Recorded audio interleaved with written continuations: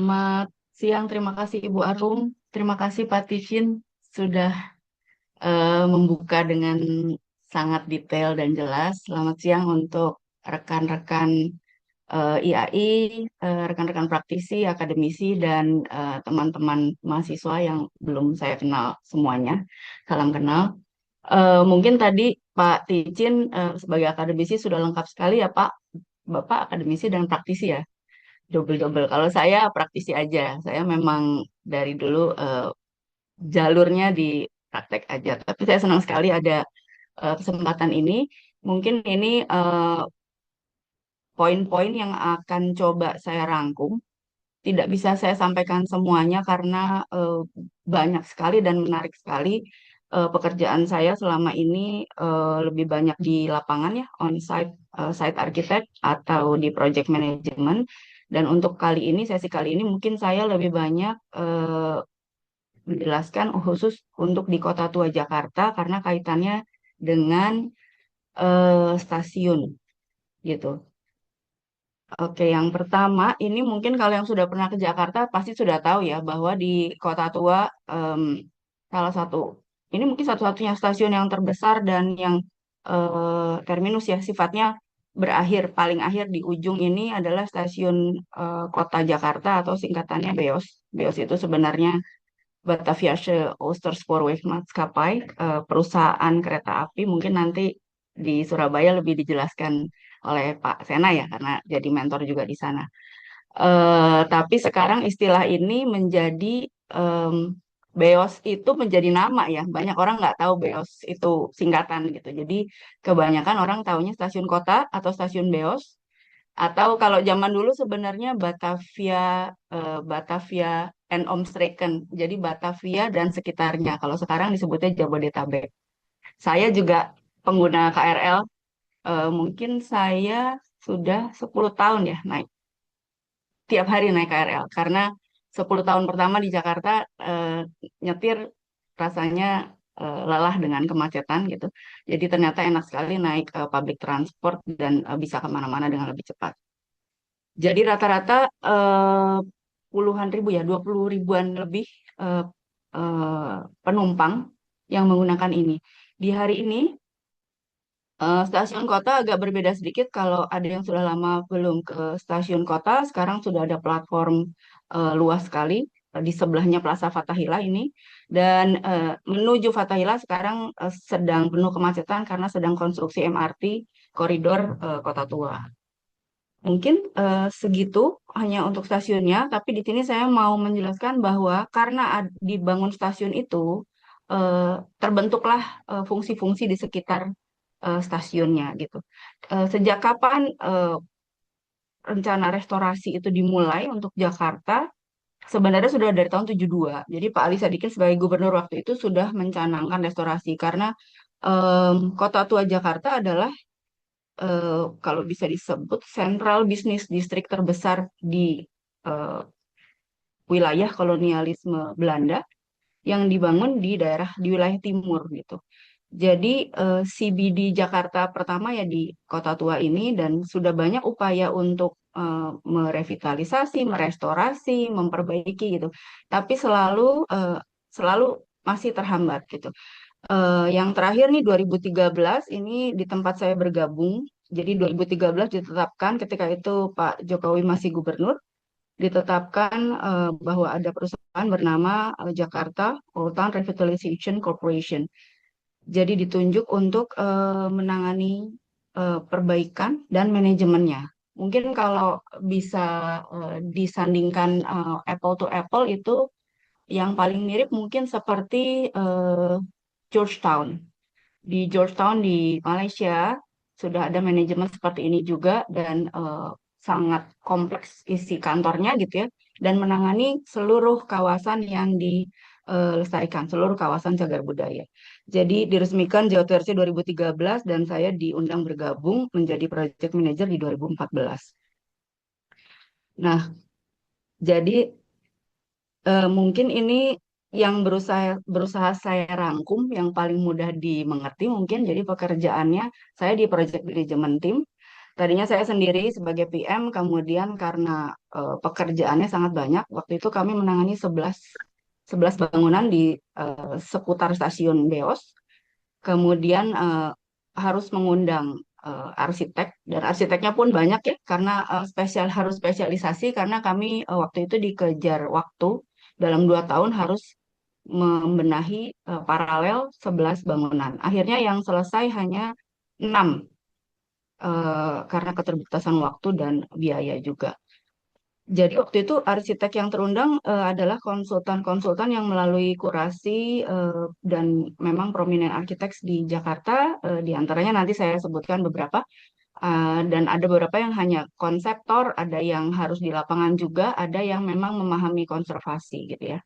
Kemudian kami juga punya rekan-rekan arkeolog yang harus melakukan penggalian dan review. Jadi tadi yang Pak Ticin sampaikan, semua teori yang disampaikan tadi segitu banyaknya itu kami terapkan semua sebisa mungkin. Memang banyak yang harus dikompromikan karena waktu, karena biaya, dan banyak juga pihak-pihak yang kurang paham. Sehingga kalau kita bicara pekerjaan yang benar itu pasti biayanya kan banyak. Ketika biayanya banyak, yang tanda kutip akan keberatan pasti eh, penyandang dana, investor. Dalam hal ini JOTRC adalah KSO, joint operation antara Pemprov dan pihak swasta. Pihak swastanya ada beberapa pihak nyandang dananya. Jadi sama-sama keberatan kalau biayanya terlalu besar gitu ya. Jadi ada banyak hal yang kita kompromikan. Pada saat itu advisor kami adalah almarhum Pahan Awal. Jadi beliau memang sudah sangat expert di bidang keilmuan ini, tapi juga di pekerjaan ini kita harus bisa kompromi karena ada rencana bisnis ke depan atau target-target waktu dan revenue ke depan yang harus dikerjakan. Kami juga melibatkan sejarawan, juga engineer struktur dan mechanical electrical plumbing. Karena banyak bangunan pada waktu itu sudah banyak yang retak, pondasinya eh, ada yang miringnya bangunannya karena Jakarta, seperti semua tahu Jakarta itu katanya tenggelam 7 cm setiap tahun. Jadi beberapa bangunan memang kondisinya tidak lurus. Kemudian banyak retak di lantai dan kolong yang kemudian harus diidentifikasi, diinvestigasi, kemudian dicari solusinya apa. Nah, ini di tahap awal, di planning phase ini, sebelum arsitek bisa melakukan intervensi, data-data ini dikerjakan oleh PDA. Jadi ada pusat dokumentasi arsitektur yang mapping semuanya. Kemudian di tahap proses infill, apakah adaptasi, apakah mau berubah fungsi, itu dikerjakan oleh beberapa konsultan arsitektur. Kemudian di tahap project, jadi paralel ya, waktu itu kejar-kejaran antara proses investigasi, tahap investigasi awal selesai, ada tahap preliminary design yang harus dikerjakan, ada tahap approach ke tim sidang pemugaran, tapi yang bisa dijalankan di lapangan dijalankan gitu. Jadi kalau dibilang dulu saya kerja mungkin 15 jam sehari ya, karena em, 12 jam itu nggak cukup gitu. Jam 6 pagi, jam setengah 7 pagi udah ditelepon tukang-tukang onsite ya, karena ada aja selalu ada masalah yang ditemukan karena memang tidak ada di gambar. Gambar itu kan sesuatu yang direkam dari hasil investigasi. Tapi ketika ada penggalian itu selalu ada temuan gitu. Dan itu sangat menarik. Jadi waktu itu di lapangan karena menangani 9 bangunan, ada 7 konsultan arsitektur, ada 11 kontraktor, termasuk kontraktor struktur dan MEP, dan ada sekitar 200 tukang gitu. Dan itu dikerjakan eh, paralel dalam waktu 2 tahun. Kemudian tahapan proyek berlanjut sampai penentuan material. Tadi kalau Pak Tijen menemukan ubin rusak harus diganti, kita ke eh, produsennya ubin kunci di Jogja. Tapi ini masalahnya yang rusak banyak, mulai dari genteng, kuda-kuda, kemudian kolom, kemudian ada detail kaca patri, ada aksesoris jendela yang hilang. Itu semua ratusan item itu harus didata dan harus kita cari vendor-vendor yang mampu mereplika item tersebut gitu, dan itu panjang, banyak asistensi untuk hal-hal seperti itu.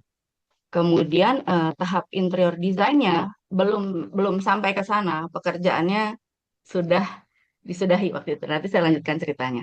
Nah, kemudian tahap yang seharusnya juga ditangani adalah bagian operation. Operation ini tentunya adalah pemanfaatan. Inilah bagian penting dari adaptive reuse-nya. Jadi kita arsitek itu bisa menangani perbaikannya, tapi kemudian what next? Berikutnya apa gitu? Karena dana yang dikeluarkan sudah besar, dan ini bangunannya harus difungsikan, sebenarnya harusnya ada expert expert lain, ada bidang ekspertis lain yang diundang untuk pekerjaan konservasi, yaitu untuk menemukan pola bisnis terbaik, pola revenue terbaik gitu, yang bisa menjadi eh, penyumbang perputaran ekonomi yang baik juga di kawasan tersebut, dan juga tentunya menjadi penyumbang yang baik untuk pajak daerah ya gitu. Nah, ini belum sampai sana. Pekerjaan yang ada di Indonesia kalau saya lihat belum seperti itu gitu. Karena JOTRC berusaha gitu, tapi ternyata kondisinya tidak memungkinkan. Oke. Ini saya sebut beberapa arsitek yang terlibat karena tidak semua proyeknya bisa saya sampaikan di sini. Ada Gedung Dharma Niaga, waktu itu dihandalnya oleh Oma Hong Kong. Kalau ada yang tahu, Oma itu foundernya Rem Koolhaas. Rem Koolhaas ini arsitek Belanda, arsitek senior Belanda. Oma itu pertama didirikannya di London, tapi ini kita uh, approach Oma Hong Kong. Ketika itu harus ada pendamping arsitek lokal, dan yang mendampingi waktu itu dari konsultan Andra Matin dari Mas Aang. Mas Aang sendiri mendapat penugasan di gedung Jikov, kemudian ada lagi gedung Kertaniaga dihandle oleh Han Awal dan Partners. Mungkin yang paling pas dengan apa yang Pak Tijin sampaikan tadi, ada infill, kita lihat bagaimana proses, kemudian apa yang terjadi gitu ya. Eh, Masalah-masalah yang ada waktu itu di gedung Dharma Niaga. Ini secara umum waktu pertama saya bergabung, yang harus kita lakukan adalah mapping masalah. Mapping masalah ini ya begini, banyak elemen yang hilang, pecah, rusak, dindingnya berjamur, bahkan pohon beringin itu banyak sekali tumbuh menyatu dengan bata ya. Jadi eh, ini menarik sekali bagaimana menangani melepaskan tanaman ini yang akarnya sudah masuk sampai nembus dinding gitu. Dan banyak sekali yang atapnya hilang karena em, gentengnya ada yang pecah, ada yang hilang. Kalau hilang itu lenyap, berarti memang karena bangunannya 25 tahun kosong, sehingga banyak yang eh, tidak tahu ya, tidak ada yang menjaga bangunannya gitu. Jadi apa saja bisa diambil. Nah, ini contoh pekerjaan investigasi yang pertama. Ini beberapa foto saya ambil dari ini pekerjaan saya paralel dengan waktu itu, karena ketika itu gedung-gedung ini dari yang 25 tahun tidak bisa diakses menjadi bisa diakses. Jadi saya sebagai anggota IAI, kemudian Mbak Ria waktu itu di PDA, kami diskusi gimana supaya gedung ini bisa dibuka untuk pembelajaran. Karena eh, kapan lagi mungkin ini kesempatan yang baik gitu. Jadi di periode 3 tahun saya di sana, JOTRC proyek berjalan terus, tapi di sela-sela kesibukan ini kami membuka kelas-kelas eh, cara belajar preservasi, konservasi, identifikasi di lapangan. Yang ini foto-foto kami bekerja sama dengan Australian Heritage, dengan Dinas PU, dengan UPK Kota Tua, dengan PDA, dan dengan UNESCO gitu. Jadi apa yang kami butuhkan di pekerjaan sesungguhnya itu dilakukan juga untuk pelatihan, juga diinformasikan untuk peserta-peserta training gitu ya. Jadi ini kegiatan yang sangat menarik. Contoh foto-foto di bawah adalah contoh foto scanning. Mungkin nanti di Surabaya akan dijelaskan oleh Pak Andre ya. Ini dengan dulu belum pakai LiDAR, jadi pakai scanner infrared. Nah, ini gedungnya. Jadi ini kalau teman-teman pernah ke Kota Tua, ini ada di salah satu sudut Plaza Fathahilah, eh, di sebelah Cafe Batavia. Cafe Batavia sampai hari ini masih bertahan luar biasa, dan itu satu-satunya yang ada terus dari zaman dulu sampai sekarang. Darmaniaga waktu pertama kali eh, kami mau memulai pekerjaannya, ini atapnya hilang, belas hilang, tidak ada sama sekali, dan rangka kuda-kudanya yang kayu ulin semua itu tinggal 5% dan sudah dalam keadaan rusak gitu. Kaca-kacanya kalau kelihatan itu sebagian sebenarnya kaca biasa, sebagian kaca patri yang datanya tidak semua ada. Jadi dari data investigasi PDA, beberapa gambar bisa ditemukan, beberapa foto yang sangat minim datanya. Jadi kemudian ada metode yang tadi Pak Icin sampaikan, metode interpretasi. Karena bangunan ini gimana ya, kira-kira atapnya, kira-kira gimana yang cocok ya sama eh, wajahnya di koridor di deretan ini gitu. Jadi banyak diskusi ini. Nah, ini yang ditangani oleh Oma Hong Kong. Oma Hong Kong biasanya di Hong Kong tentunya dengan banyak karyawan dari Belanda dan Inggris.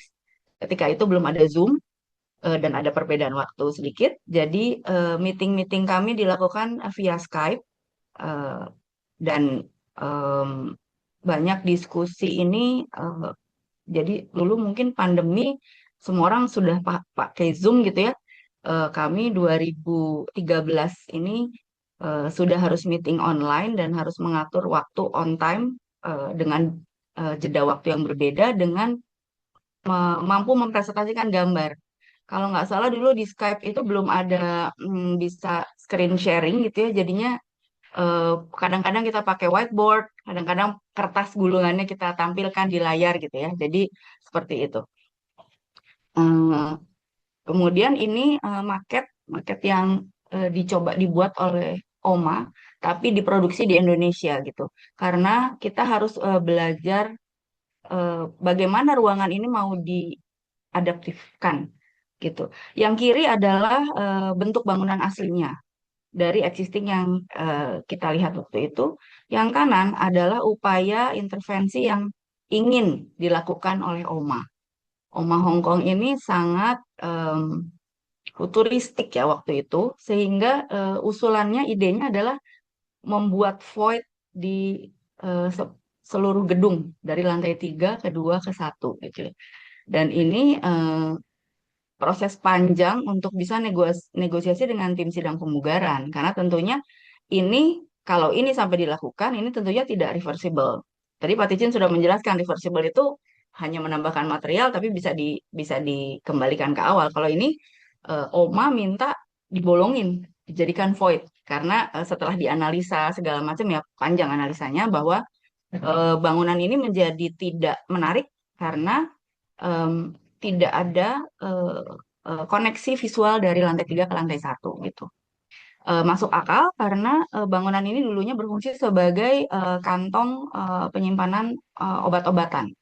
Jadi dengan adanya stasiun kota, dengan adanya kanal kali besar, Dharma Niaga adalah salah satu tempat pusat penyimpanan dan perdagangan obat-obatan. Jadi banyak gedung dengan nama Niaga Niaga Niaga di belakangnya ada Dharma Niaga, Cipta Niaga, Kertaniaga gitu ya. Jadi itu yang eh, menunjukkan bahwa kali besar adalah sirkulasi eh, eh, item-item yang diperdagangkan dan juga eh, adanya stasiun melakukan ini. Kemudian ini jadi yang kiri ini foto existingnya yang tadi saya sampaikan, kayunya kayu ulin tapi sudah habis dan hilang, kondisi dindingnya berlumut, berjamur. Yang kanan adalah upaya intervensi yang ingin dilakukan oleh Oma. Jadi ingin dibolongin itu lantai yang itu.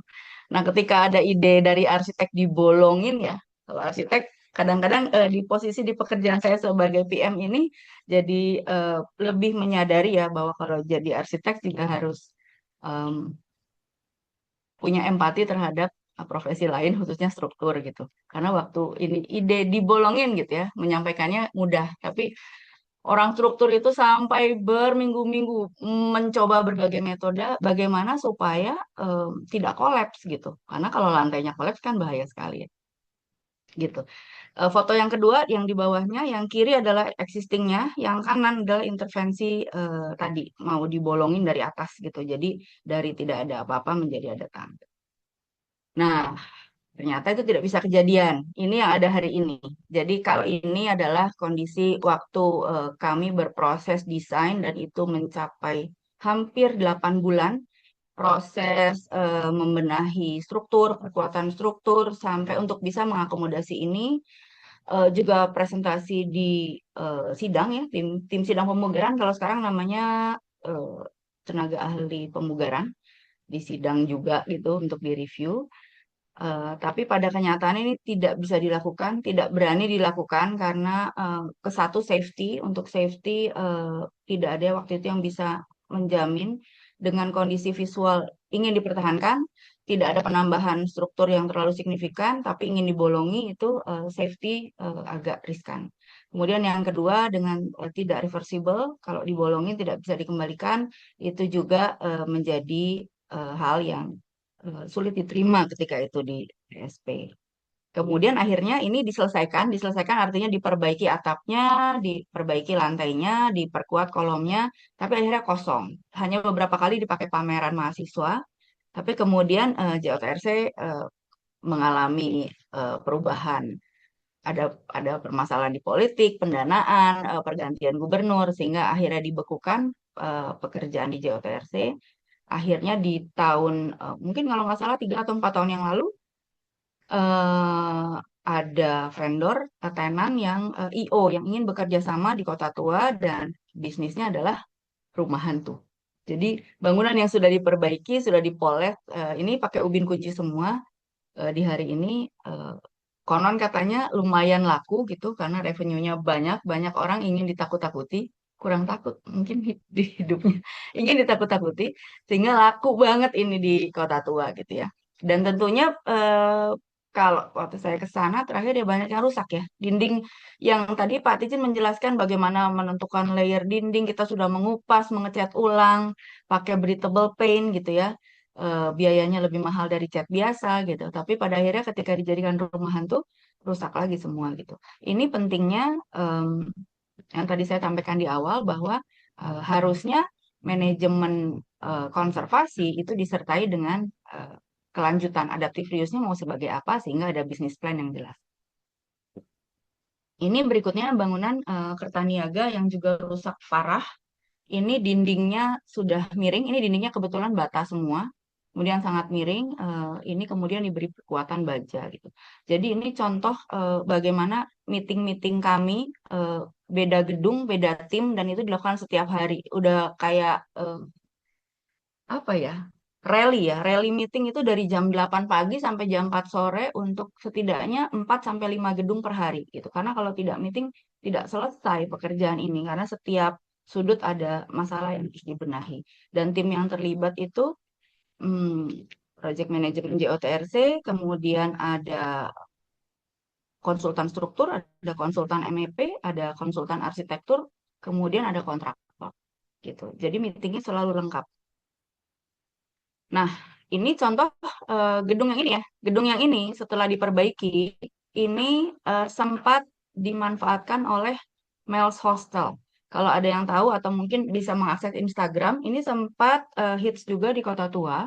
Tapi kemudian COVID ketika pandemi, ini Pemprov meminta tutup 100%.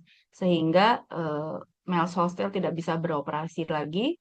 Tapi pemilik gedung dalam hal ini JOTRC adalah pengelola gedung, pemiliknya adalah PPI, Pusat Perdagangan Indonesia, itu menagih biaya sewa. Sehingga pemilik ya operator hostelnya tentunya keberatan karena 2 tahun disuruh tutup, tapi ditagih biaya sewa gitu ya, sama sekali tidak ada ruang untuk bernegosiasi. Akhirnya terpaksa ditutup gitu. Jadi ini kebetulan saya kenal sama pemilik hostelnya gitu, beliau sangat passionate untuk melakukan adaptive reuse di berbagai properti yang beliau miliki gitu dan sangat menyayangkan bahwa di sini investasi beliau ya akhirnya hangus ya gitu karena ada sekitar 80 kamar yang akhirnya harus ditinggalkan karena tidak bisa beroperasi lagi gitu ya. Ini berikutnya di sebelah stasiun, di seberang stasiun. Ini gedung milik Jiwasraya. Kalau dilihat di sebelah kanan, ini adalah temuan. Jadi kalau lihat di kiri, foto di kiri itu trotoar itu kami request untuk dipotong. Jadi koordinasi permasalahan di gedung, temuan yang ada di gedung dengan komposisi visual yang agak tidak sesuai, mencari data dari investigasi, kemudian diputuskan bahwa ini sepertinya ada yang salah dengan level lantai gitu.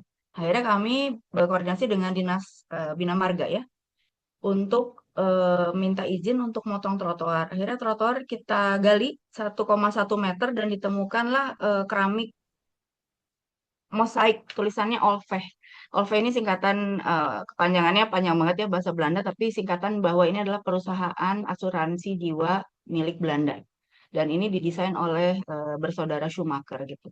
Jadi ini kalau dari bangunan yang lain masalah terbesar adalah di struktur, kemiringan dan keretakan struktur atau lumut.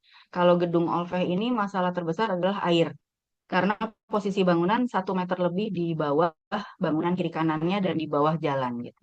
Jadi ini konsultan MEP untuk gedung ini untuk bisa sampai kering ini luar biasa kita sampai bikin sistem pemipaan di bawah bangunan tanpa merusak bangunannya gitu. Karena lantainya masih lantai impor asli dari Italia. Ini kerumitan yang paling rumit karena kaitannya dengan safety juga, kaitannya dengan waktu, kaitannya dengan approval TSP, kaitannya juga dengan budget. Ini before afternya, sebelumnya gedungnya begitu, setelah kacanya kembali semua menjadi baik kembali. Bagian dalamnya sempat diaktifasi menjadi coffee shop, menjadi ruang pameran, menjadi tempat bazar, menjadi kantor majalah kreatif gitu. Tapi kembali lagi kita kalau setelah dibenahi ada operator yang bersedia menjalankan operasional, tapi kemudian ternyata pemilik gedungnya yang tidak ingin meneruskan. Jadi pemilik gedungnya adalah Jiwasraya, sudah dibenahi, biayanya dari pihak lain, sudah operation berjalan. Waktu itu sangat antusias ya, orang ke kota, ke stasiun kota itu tinggal nyebrang ada gedung ini gitu. Ternyata pemilik gedungnya bangkrut, sehingga gedungnya diminta balik dan di hari ini gedung ini kosong dan rusak kembali dan dalam posisi sedang dilelang. Jadi sebenarnya rumit ya. PR-nya itu bukan PR kita aja sebenarnya. Pekerjaan kita selesai, tapi ada hal lain yang harus diselesaikan. Nah ini contoh proses sidang buat eh, buat yang konsultan perorangan mungkin mudah ya. Biasanya appointment dilakukan satu arsitek dengan tim itu jalan sendiri. Tapi waktu JOTRC ini karena arsiteknya ada 7, itu foto kiri atas masih ada almarhum Mas Juhara, kemudian ada Mas Aang, ada Pak Boy Birawa, ada Ibu Wendy Juhara, ada almarhum Prof Oti, kemudian ada Mas Yori Antar juga gitu. Yang paling rumit karena ini semua selebritis, yang paling rumit mengumpulkan mereka di satu ruangan di jam yang sama. Itu susah sekali. Bagaimana kita harus ngikut jadwalnya dinas, karena tim sidang pemugaran ini di bawah Dinas Pariwisata, aturannya dari pemerintah. Arsitek-arsitek ini juga punya kesibukan di luar kota dan di luar pulau. Tapi ketika sidang, tim sidang tidak mau em, mereview apa-apa jika arsitek prinsipalnya tidak hadir gitu. Dan hadir itu harus bawa maket, harus bawa penjelasan investigasi, harus membawa penjelasan adaptive reuse, rencana adaptive reuse-nya apa dan bagaimana proses pekerjaannya gitu. Jadi itu kami lakukan berkali-kali dalam waktu periode 3 bulan ya. 3 bulan itu untuk 9 bangunan. Jadi lumayan intens, lumayan banyak nggak tidur. Ini teman-teman juga semua timnya dari konsultan juga banyak begadang untuk pekerjaan ini. Nah, kemudian dari pekerjaan dan keruwetan yang ada, ini nggak ada di kampus. Jadi eh, saya kebetulan waktu itu sudah ada asisten namanya Angie Basuki. Ini kami lakukan berdua. Kami mendata flowchart. Pekerjaannya harus seperti apa sebenarnya? Kalau ada arsitek, ada project management, ada ahli-ahli yang lain gitu, bahwa owner itu sebenarnya bisa kita bantu. Karena kebanyakan owner kan bingung. Dalam hal ini owner bangunannya adalah PPI, BUMN. BUMN ini karena menerima aset dari Belanda, jadi didiamkan karena nggak tahu harus mulai dari mana. Jadi mungkin yang paling tepat memang ketika itu yang paling tepat karena ada JOTRC, building owner bisa langsung berdiskusi dengan JOTRC, menerima nasihat, kemudian kami yang melakukan perencanaan dan pekerjaan-pekerjaan yang rumit tadi itu untuk sampai dapat rekomendasi. Setelah dapat rekomendasi bisa dikerjakan oleh kontraktor dan juga selalu harus dikawal pekerjaannya. Kemudian tetap harus dimonitor oleh arsitek prinsipalnya, oleh kami, project management, oleh TSP dan oleh P2B. Ini upaya kami mempresentasikan ini beberapa kali di Dinas Pariwisata, di PU, di TSP. Kemudian juga kami sempat ke Semarang karena diundang di seminar USIT juga oleh Pak Kris. Tapi em, kami inginnya tuh kami membagikan ini supaya di kota lain bisa terduplikasi, supaya gerakannya bisa sama, bahwa building owner mungkin bingung, kita bisa membangun tim untuk bisa membenahi banyak kota tua di kota-kota di Indonesia gitu. Eh, ini kerjaan kami tahun 2015. Tapi sampai hari ini sistem seperti ini belum juga bisa berjalan. Mungkin nanti kalau ada yang bisa kasih masukan ke saya, boleh.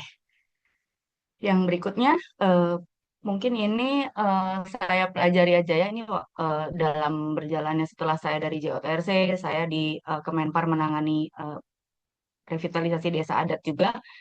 Saya mempelajari bahwa di Malaysia, Georgetown World Heritage ini dibangun 2010. Sampai hari ini masih berdiri dengan karyawannya mayoritas arsitek dan urban planner, dan memperbaiki satu-satu, memperbaiki bangunan satu-satu, dikonserv dengan benar, kemudian infill atau tidak itu keputusan perbangunan, kemudian diaktifasi dengan fungsi.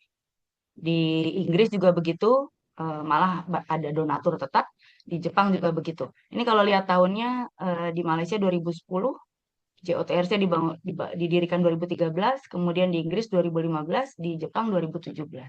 Di negara lain masih berjalan sampai sekarang. Dan setiap tahun bertambah bangunan yang selesai diperbaiki, kemudian di reuse. Di Indonesia berjalan tapi lambat sekali, dan di OTRC ini sayangnya tidak bisa lanjut, belum bisa lanjut lagi, dan belum ada juga di kota lain ya yang punya sistem manajemen seperti ini. Nah, ini kalau best practice outcome ini mungkin agak ekstrim, tapi ini saya suka sekali dengan proyek ini. Ini adalah gereja di Spanyol. Gerejanya langgamnya pregotik dan neo-romanes ya. Tapi karena di Eropa seperti kita ketahui bersama mungkin sudah mengalami shifting, tidak lagi terlalu religius, sehingga gereja ini sempat kosong 10 tahun. Jadi dibangun 1912, kemudian terbengkalai kosong, kemudian awal tahun 2000-an ada fans dan fans-fans bangunan lama, dan Pemkot bekerja sama dengan seniman. Senimannya bernama Okuda San Miguel membuat gereja menjadi skate park. Jadi sekarang dikenal sebagai The Chaos Temple. Kalau lihat ini dan lihat ini saya eh, karena saya lebih banyak kerja di lapangan, ini saya senang sekali bisa membreakdown pekerjaannya. Wah, enak sekali nih bisa bikin instalasi fondasi buat skateboard, skatepark, buat lightingnya, buat speaker, karena kalau main skateboard harus ada musik, kemudian ada perkuatan di kolom gitu ya. Jadi ini mungkin sangat ekstrim. Di Indonesia saya nggak tahu mungkin atau tidak gitu, tapi ini adalah contoh bahwa eh, perputaran ekonomi itu bisa berjalan memang tidak bisa oleh arsitek saja, tidak bisa oleh pihak swasta tanpa arsitek, tapi harus bersama komunitas, bersama pemerintahnya juga. Jadi ini contoh yang menurut saya sangat menarik. Ini kalau dilihat eh, luar biasa sih. Buat saya ini eh, keren sekali ya, ada skatepark di dalam gereja. Nah, harapan, kalau harapan saya sebagai arsitek konservasi tentunya perlu kerjaan ya. Banyak sekali sekarang sertifikasi di mana-mana, setelah sertifikasi terus gimana kalau nggak ada kerjaannya gitu. Nah, harapannya sih ada badan-badan pengelola aset, kalau bisa di kantong-kantong aset heritage banyak sekali, ribuan di seluruh Indonesia. Kalau bisa dibentuk oleh Pemkot, oleh komunitas, oleh asosiasi mungkin di berbagai provinsi, tentunya bisa menampung pekerjaan ini untuk pelestarian yang bersertifikasi meliputi arsitek, arkeolog, sejarawan, berbagai ahli teknik dan project management. Benchmark terbaik mungkin di hari ini yang bisa saya sebutkan adalah URA di Singapura. Tidak semua bangunannya heritage, tapi semua bangunan yang sudah tidak dipakai itu di reuse kembali. Jadi URA itu sangat efisien bagaimana mengelola aset datanya, dan banyak sekali arsitek bekerja di sana. Yang kedua, mungkin yang paling tua, Stadherstel di Amsterdam. Ini tadi tidak saya sebut karena didirikannya sudah lama sekali, 1956. Ini juga KSO, pemerintah dengan swasta, dengan dana swasta. Arsitek yang bekerja dan urban planner juga banyak sekali di sana. Dan mereka dari tidak punya aset, sekarang sudah punya aset 600 lebih. Jadi bangunannya diakuisisi. Bangunan yang abandon, ditinggalkan, tidak ada pemiliknya atau pemiliknya keberatan, itu diakuisisi, kemudian diperbaiki, kemudian di reuse menjadi fungsi baru. Yang terakhir mungkin yang dekat, ini kalau tetangga, URA tetangga, Georgetown juga tetangga, keren-keren banget ini tetangga kita bisa mengelola heritage seperti ini. Harapan saya ya semoga dengan banyaknya kelas-kelas, banyaknya mentoring-mentoring ini, kayaknya skill kita udah banyak banget di Indonesia. Eh, Asetnya juga banyak yang harus dikelola, hanya mungkin wadahnya yang memang masih harus didorong untuk dikembangkan atau diadakan oleh pemerintah. Mungkin dari saya segitu. Terima kasih. Bisa dilanjutkan dengan tanya jawab. Terima kasih, Bu Arum. Terima kasih Bu Aneke. Wah, Ya, kita makin ini nih, makin lengkap nih ya. Kita sudah melihat contoh-contoh bagaimana kegiatan konservasi dan adaptive reuse dilakukan khususnya di Indonesia. Oke, untuk kesempatan berikutnya adalah sesi tanya jawab. Silahkan bagi rekan-rekan yang ada di ruang Zoom ini, bila ingin mengajukan pertanyaan, bisa raise hand atau bisa menuliskan pertanyaannya di kolom chat.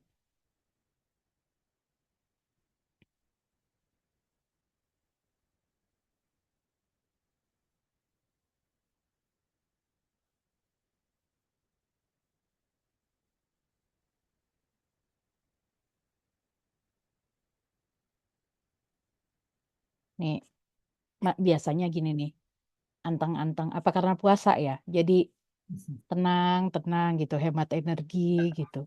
Karena tadi penjelasan Bu Anega itu menjelaskan kok kompleks sekali pekerjaan konservasi ini pusing. Pada pusingnya jadi takut mereka nanya. seru, Wah ini, Pak. Sebenarnya seru. Itu nggak pusing ya. Itu apa ya? Kalau buat saya itu blessing ya. Pusing. Maksudnya diberi kesempatan untuk paralel thinking dengan bisa menerapkan semua teori gitu. Ada gitu. Lahannya ada, ilmunya diperes harus keluar gitu, tapi harus kompromi dengan owner yang dengan founder dan funder yang budgetnya juga dibatasi gitu. Dan itu semua ditanya. Kenapa harus perkuatan baja? Kenapa harus pakai baja mahal banget? Kenapa nggak bisa pakai baja ringan?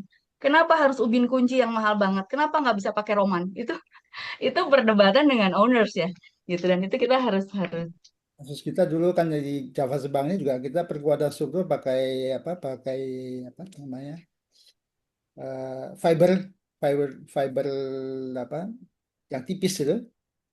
Tapi akhirnya tidak semuanya dipakai karena biayanya mahal. oke. Yang- Baik, ini di kolom chat sudah Ya, ada pertanyaan dari Pak Revianto nih. Pak Revianto, mau disampaikan langsung atau dibacakan saja? ini langsung aja Bu supaya lebih kedengar Iya, semuanya. biar langsung diskusi Ya, Pak Revianto. Silakan. Lama nggak pernah ketemu Pak. makasih Bu. Ya, makasih forum yang istimewa dengan perspektif yang sangat kaya itu. Saya sangat terkesan ketika di awal tadi Pak Tijin menyampaikan tentang perspektif yang relatif mengakomodasi nilai-nilai lokal, gitu kan. Di antaranya yang dipromosikan melalui para charter, lalu nanti diikuti nara charter of authenticity dan sebagainya itu. Artinya cara pandang atau nilai yang dihargai masyarakat setempat itu penting, gitu kan, bukan hanya physical entity-nya, gitu. Tapi di sisi lain, Bu Aneka menampilkan kasus-kasus yang juga tidak kalah menariknya. Tadi misalnya kantor yang ya lakunya jadi rumah hantu kok, gitu kan, yang sesuatu yang sama sekali beyond di value. Kalau nilai-nilainya siapa ini selain nilai komersial ya. Atau yang lebih challenging lagi tadi kasusnya tentang gereja yang jadi skate park gitu kan. Nah, saya mohon masukan dari kedua tokoh ini, gimana sih cara memandangnya itu antara nilai cultural significance dengan strategi adaptasi dan pengelolaannya yang kadang menampilkan fenomena-fenomena yang ya sekilas kontradiktori sih, gitu kan. Begitu. Baik, terima Ya. kasih. Ini tokoh-tokohnya keluar semua nih. Baik, ini saya jawab dulu ya, nanti disambung oleh Bu Anaga. Jadi memang kalau kita lihat contoh yang gereja itu, sebenarnya kan tadi sudah saya sampaikan bahwa apa, eh, pemahaman kita dalam teori konservasi kontemporer, seharusnya kan kita pertama harus melibatkan masyarakatnya dan juga yang terdampak. Apakah kalau masyarakatnya dan kemudian pemerintah kotanya progresif, punya pemandangan yang progresif, dan mereka kemudian memutuskan seperti itu ya silakan. Jadi temboknya dicat cerah-cerah begitu. Seperti tadi kasus mau dilobangin yang di Jakarta nggak jadi, bukan karena biaya Bu ya, atau karena struktur. Karena semua Pak, karena biaya strukturnya menjadi sangat membengkak gitu. Belum lagi nanti MEP-nya butuh banyak karena mau dijadiin fashion hub gitu Ya. untuk fashion show dan lain-lain gitu. Jadi secara biaya, secara penyelesaian struktur dan secara tidak mungkin reversible gitu. Jadi kalau pandangan saya justru kalau kita harus sebenarnya kan prinsip-prinsip yang paling minimum dalam dalam konservasi adalah maintenance. Berarti suatu bangunan itu harus selalu dimanfaatkan. Karena itu kalau ada kesepakatan masyarakat dan tokoh-tokoh setempat termasuk arsitek untuk ada perubahan yang sangat ekstrim ya, saya rasa tidak ada masalah. Itu kesepakatan Betul. mereka. Karena mereka yang terdampak langsung, bukan kita, ya, bukan kita yang tidak ada hubungan dengan bangunan tersebut. Jadi silakan, itu kesepakatan. Kalau itu saya mengatakan bahwa tadi ada saya singgung bahwa cagar budaya itu selalu contested, selalu menjadi Betul, ya. pertentangan. Kenapa? Karena dia punya multi nilai. Ada nilai politis, ada nilai ekonomis, ada nilai sosial, ada nilai spiritual, dan sebagainya. Nah, tergantung nilai apa yang mau kita dikonstruksikan, ya, ya tergantung kesepakatan bersama. Itu kira-kira jawaban dari saya. Bu Anneke. Ya, Pak Tisin, terima kasih. Saya juga setuju sih, karena sebenarnya pada akhirnya regulasi yang kaku itu tidak menolong atau membantu kemana-mana. Jadi di sini pentingnya konservasi itu dibuat agile. Jadi kalau saya lihat di 10 tahun terakhir di Jakarta khususnya gitu, dibuat kaku ya. Semuanya tuh seperti kaku, harus kembali ke asal, tidak boleh tidak, harus ini, harus ini, harus ini. Pada akhirnya kalimat harus-harus itu ujungnya biaya besar. Tapi ketika tidak ada insentif dari pemerintah, tidak ada support apa-apa dari pemerintah, itu akan membebani property owners gitu. Otomatis ketika owner keberatan, ya udah aja daripada kebanyakan larangan-larangan-larangan dan nggak bolehnya gitu, akhirnya dibiarkan gitu. Sebenarnya di undang-undang ada pembiaran itu juga termasuk pelanggaran, tapi pada akhirnya jadi ini seperti ayam sama telur. Ya saya membiarkan karena dari pemerintah terlalu ruwet gini. Jadi menurut saya sih kita juga sebagai eh, apa ya, kita kan bikin movement ya gitu, sebagai penggerak ini juga kita juga harus membuat pergerakan yang lebih positif, bahwa konservasi itu tidak menakutkan, justru ini sesuatu yang menyenangkan gitu. Seperti gereja yang di Spanyol itu, bahwa budaya lokal yang dulunya mungkin abad ke 17-18 sangat religius sudah pasti ya gitu, karena pastor-pastor berasal dari sana banyak sekali gitu. Tapi ketika budaya shifting, kemudian orang tidak menjadi terlalu religius lagi, ruangannya terbengkalai, hmm, apa yang apa yang harus dipertahankan ketika kekeh gitu ya, ketika harus ngotot untuk bilang nggak boleh gereja, pokoknya harus tetap jadi gereja. Lah, kalau pastornya nggak ada, jemaatnya nggak ada, ya kenapa harus jadi gereja gitu. Tapi gedungnya punya value bahwa gedung itu pernah menjadi nilai budaya di situ, itu ada value-nya. Arsitekturnya ada langgamnya, ada value-nya karena dibangun di era neogotik. Itu harus dipertahankan. Dan hebatnya Pemkotnya dan komunitas setuju. Itu yang hebat menurut saya, eh, pemerintah kotanya gitu. Pemerintah kotanya sangat avant-garde ya untuk memutuskan bahwa oke gitu. Neogotiknya bentuk gerejanya dengan kubah seperti itu yang di hari ini belum tentu ada konstruksi lagi seperti itu dipertahankan. Tapi fungsinya itu diaktifasi untuk kebutuhan masyarakat yang ada di hari itu gitu. Mungkin di hari itu banyak sekali orang misalnya main skateboard di lapangan atau di trotoar kecelakaan atau di jalan gitu ya, didorong untuk di dalam ruangan gitu dan bahkan bisa dibuat jadi event. Menurut saya eh, perlu movement dari praktisi akademisi, perlu pemerintah kota yang juga masuk akal gitu untuk bisa sama-sama menggerakkan kota ke kota yang lebih efisien, ke kota yang lebih produktif. Menurut saya seperti itu, Pak. Ya, ini Semoga menjawab. mau menambahkan secara praktis sebenarnya ketika kita melewati proses persetujuan dari tim cagar budaya, kalau di Jakarta tim pemugaran, memang masalahnya adalah banyak tim anggota-anggota tim itu arkeolog, sejarawan, jadi mereka punya pandangan yang sebenarnya sangat konservatif. Saya nggak tahu kalau di Jakarta ya seperti apa. Sama, Pak. Kasih, Pak.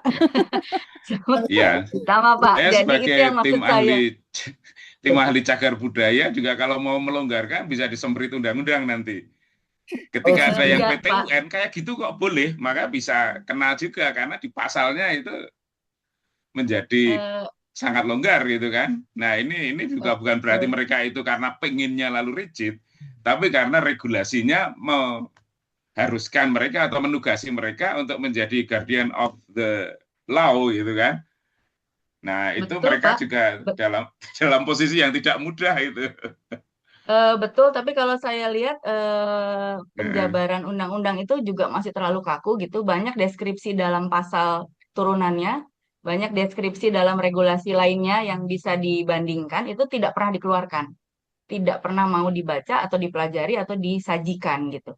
Jadi kekeh dengan aturan yang paling ujung undang-undang aja gitu. Tidak boleh diganti itu kata-katanya ada gitu. Tapi banyak kata-kata lain yang tidak pernah keluar di sidang, tidak pernah keluar ke publik gitu. Tidak pernah disampaikan atau mungkin jangan-jangan tidak pernah dibaca. Bahkan bagian dari cagar budaya harus bermanfaat atau ada bagian pemanfaatan. Pemanfaatan itu seringkali ditinggalkan. Jadi sudah sampai investigasi, lalu dikonservasi, habis itu selesai. Padahal Undang-Undang Cagar Budaya menyebutkan harus ada pemanfaatannya gitu. Bagian pemanfaatan ini saya rasa disitulah, di situ harusnya kompromi terjadi, dibuka fungsinya karena balik lagi kalau nggak ada fungsi, tadi Pak Ticin bilang, iya iya, rumah modern aja, rumah baru aja 2 tahun nggak diisi pasti rusak, apalagi bangunan sampai 20 tahun kosong. Menurut saya sih harus sama-sama ya dan ya itu yang harus dibaca, harus dibuka lagi pasal-pasalnya. Banyak banyak penjabaran yang boleh kok gitu sebenarnya, tapi nggak kebaca. Boleh kok, tapi kesimpan pasalnya seperti itu sih. Oke, ini terkait dengan pertanyaan yang ada di kolom chat nih. Tadi Mbak Anneke ketika menjelaskan sebetulnya sudah sedikit gitu ya menyinggung peran komunitas gitu, karena ini yang menjadi pertanyaan gitu. Bagaimana sih si adaptive reuse ini atau pemanfaatan bangunan ini bisa sustain gitu? Kerjasama dengan komunitas itu bisa seperti apa, sejauh mana supaya bangunan-bangunan ini bisa sustain.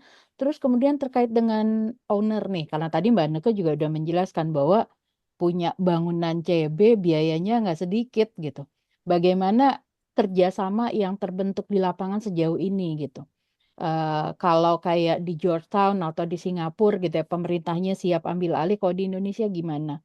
Ada pola kerjasama seperti apa nih dengan owner dan mungkin dengan pemerintah atau dengan badan-badan tertentu yang bisa mengelola supaya bangunan cagar budayanya ini bisa dimanfaatkan ulang gitu. Iya. Sebenarnya eh, tadi yang mungkin saya jelaskan di salah satu deskripsi saya ya, owners itu banyak yang berminat untuk merawat atau mengaktifasi dengan fungsi lain. Tapi kebanyakan kan sudah dari generasi yang kedua atau ketiga, dan mungkin ada juga generasi keduanya sudah sangat sepuh ya, sangat sangat senior gitu ya. Jadi artinya untuk energi atau pemikiran sudah tidak ada lagi. Artinya owner-owner ini berminat tapi perlu disupport, perlu dibantu baik dari sisi manajemennya, dari sisi penanganannya, dari sisi pendanaannya gitu. Nah, sejauh pengetahuan saya sampai hari ini belum ada insentif dari pemerintah yang bisa mensupport kepemilikan perorangan. Karena justru di ranah itulah yang berat ya gitu. Perorangan itu artinya rumah-rumah tinggal atau rumah keluarga besar atau eh, bekas peternakan atau bekas apa ya, dulunya banyak sekali fungsi yang akhirnya ya udah, kalau ownernya udah kewalahan ditinggal aja gitu. Jadi belum ada forum, mungkin susah juga ya, forum komunikasi itu susah, tidak ada antara Pemkot, owner sama komunitas gitu. Sebenarnya kalau saya lihat polanya di Jakarta atau di Bandung lebih mudah karena kotanya lebih kecil. eh, Rata-rata yang sudah lama di Bandung saling kenal gitu. Jadi kalau ada pemilik gedung, ada mengalami kesulitan, ada komunitas, ada Bandung Heritage, itu bisa dikumpulkan, bisa diskusi bersama gitu. Nah, mungkin pergerakan ini justru dari komunitas. Seperti Semarang ya, saya lihat Semarang kotanya besar tapi komunitasnya kuat sekali gitu karena konsisten untuk melakukan pelatihan, kerjasama, pendekatan dengan owner gitu. Jadi itu yang harus dibagikan ke kota lain dan agak susah gitu karena budaya kota lain juga beda gitu. Eh, di Padang gitu ya masih ada tapi sendiri-sendiri. Di Medan ada juga gitu. Tapi belum bisa mempertemukan. Di Jakarta ini belum bisa mempertemukan owner dengan manajemen yang baik dengan Pemkot untuk bisa diskusi dan eh, sebenarnya kan ini ada gap ya. Ada pihak yang membutuhkan ruangan, ada pihak yang punya ruangan gitu, tapi nggak ketemu gitu. Jadi memang harus ada forumnya, harus ada inisiatif dari pemerintah gitu. Dan saya rasa waktu itu JOTRC adalah inisiatif yang sangat baik gitu karena tiba-tiba jadi ada wadah komunikasi. Waktu itu JOTRC bukan hanya saja menjadi penggerak untuk revitalisasi, tapi juga menjadi tempat belajar gitu. Kami tuh hampir tiap hari menerima mahasiswa dari berbagai kampus, menerima rekan-rekan ASN dari berbagai dinas, berbagai kota karena semua ingin tahu, ingin belajar gimana kok bisa begini, gimana kok bisa dananya dari mana, gimana cara mendekatkan ke pemerintah, gimana itu banyak sekali pertanyaan seperti itu gitu. Jadi artinya eh, yang ingin bergerak itu banyak gitu, tapi harus ada inisiatornya sih. Mungkin begitu ya Bu Arum. Iya, makasih Bu Aneka. Eh, Pak Ticin, mungkin Pak Ticin bisa menambahkan, tapi saya juga mau nambahin satu pertanyaan dari kolom chat gitu. Kalau tadi Pak Ticin banyak menyinggung tentang regulasi gitu ya. Nah, kalau untuk di Indonesia sendiri, sejauh ini sudah ada peraturan turunan nggak, terutama yang terkait dengan SNI gitu ya. Yang ini akhirnya jadi lebih teknikal gitu ya, terkait dengan upaya-upaya infill atau adaptive reuse. Karena memang di beberapa negara mereka punya regulasi khusus nih untuk proses pembangunan, apalagi terutama infill. Kalau di Indonesia seperti apa, Pak? Ya kan tadi yang saya tunjukkan seperti Singapura ya, mereka punya Iya. conservation guideline ya, jadi ada guideline-nya, jadi teknis begitu. Dulu saya pernah dihubungi dari PU pusat, cuma mereka lagi mau menyusun ya SNI-nya yang lebih detail ya, begitu.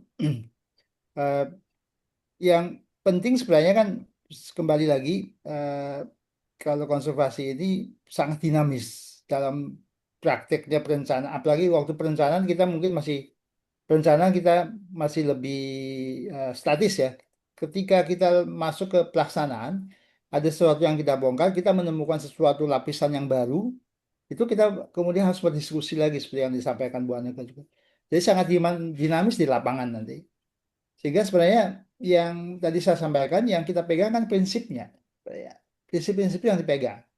Kemudian dalam pelaksanaannya tentu memang hasil dari diskusi bersama secara teknis ya. Jadi walaupun ada guideline-nya, nah kembali kembali ke nanti kesepakatan bersama para ahli termasuk owner tadi ya. Nah, ada penelitian yang menarik di Kanada yang menjelaskan tentang apakah adaptive reuse itu menguntungkan ya. Kita tahu bahwa bangunan-bangunan cagar budaya itu punya lokasi yang strategis, biasa di pusat kota lama. Cuma masalahnya kan PBB-nya pajaknya mahal juga. Ya. Ownernya juga keberatan ketika dia mau fungsikan kembali, prosesnya panjang. Jadi bukan hanya di Indonesia, memang prosesnya itu panjang karena yang tadi saya katakan dia punya multi nilai. Jadi selalu jadi pertentangan, ya. Tadi seperti saya katakan juga di tim cagar budaya itu karena ada arkeolog, ada sejarah, itu mereka mati-matian mempertahankan masalah nilai sejarahnya, dan nilai sejarahnya berhubungan langsung dengan fisik materialnya, ya. Jadi kalau eh, kita pahami memang eh, yang penting prinsipnya kita pahami dan teknisnya itu sangat dinamis di lapangan. Itu Bu, pesan saya. Ya, makasih Pak Ticin. Nah, ini ada satu pertanyaan lagi dan mungkin ini jadi pertanyaan terakhir gitu ya. Nah, ini sangat teknis nih, Bu Anneke, tentang proses yang dari salah satu slide yang tadi disampaikan oleh Bu Anneke. Bagaimana membersihkan tanaman yang akar-akarnya sudah menyatu dengan dinding tanpa merusak struktur. Apakah juga ada upaya non teknis? Nah, ini yang upaya non teknis ini yang saya ada nggak tuh Bu? Kayak Maklum. ini menarik Eh, nih.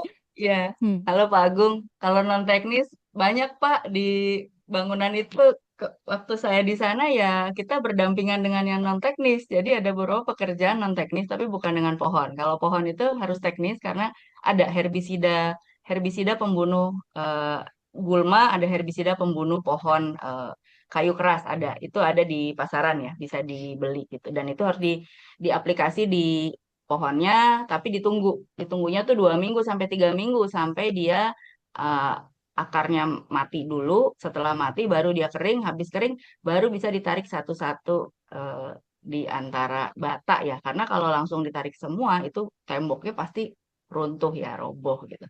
Tapi kalau bertanya non teknis, banyak hal yang harus saya hadapi dan harus kulonuwun ke owner khususnya untuk budgetnya karena ada hal-hal non teknis yang harus dikerjakan gitu di sana. Jadi contoh satu aja, beberapa tukang mengalami kecelakaan karena eh, bukan di urusan pohon, tapi memang waktu itu harus memperbaiki kuda-kuda yang posisinya 8 meter di atas pohon tersebut. Ini di dalam ruangan ya gitu. Sudah pakai tali karabiner, sudah pakai helm, sudah pakai alat pengaman gitu. Tapi talinya bisa lepas sendiri kemudian jatuh sendiri dari ketinggian 8 meter gitu.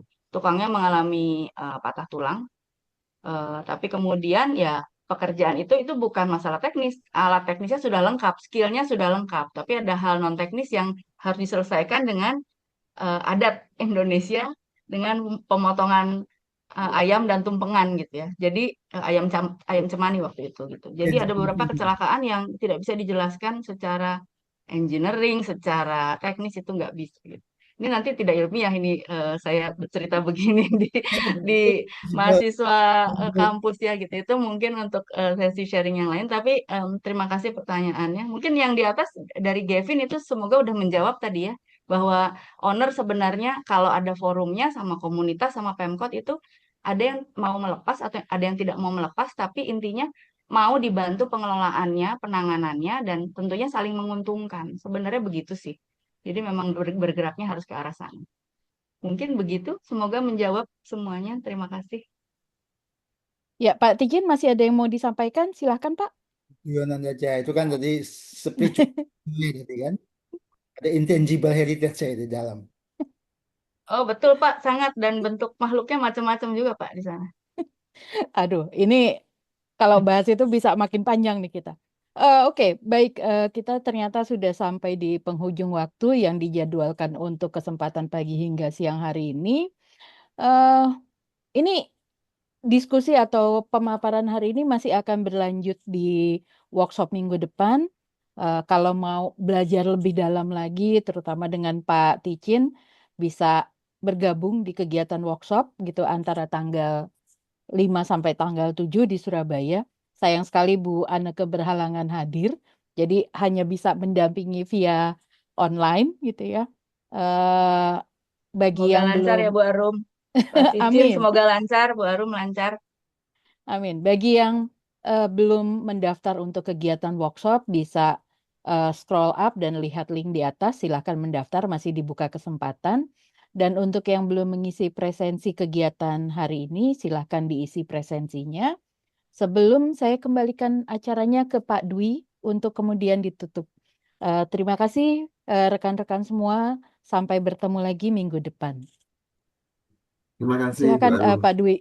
Baik, terima kasih Bapak Ibu. Terima kasih Pak Tijim, Bu Aneka untuk insight-nya yang sangat luar biasa pada pagi sampai siang hari ini. Kami panitia sangat terima kasih untuk apa namanya, apa yang sudah Bapak Ibu sampaikan. Juga rekan-rekan semuanya, para peserta yang sudah join di pagi hari ini. Panitia membuka kesempatan untuk teman-teman yang mengikuti sesi pra-workshop kemarin dan hari ini untuk mendaftar di workshop on-site-nya ya. Eh, Nanti kami akan infokan lagi untuk link pendaftarannya di sosial media supaya lebih mudah. Saya kira demikian. Terima kasih untuk waktu Bapak Ibu semuanya untuk mengisi di akhir pekan dengan acara yang sangat bermanfaat ini. Terima kasih. Selamat siang, Mas. Selamat siang Bapak Ibu.